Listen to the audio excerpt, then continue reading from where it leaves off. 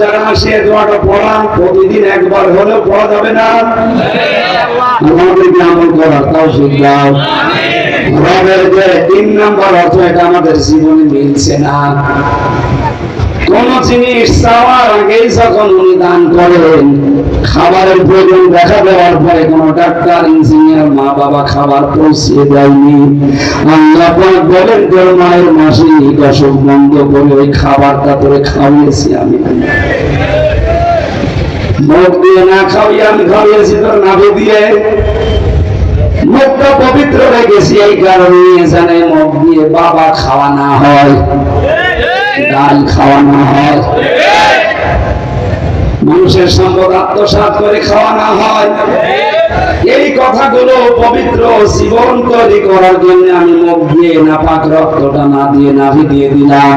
কিন্তু যখন থেকে আমার ইমানদার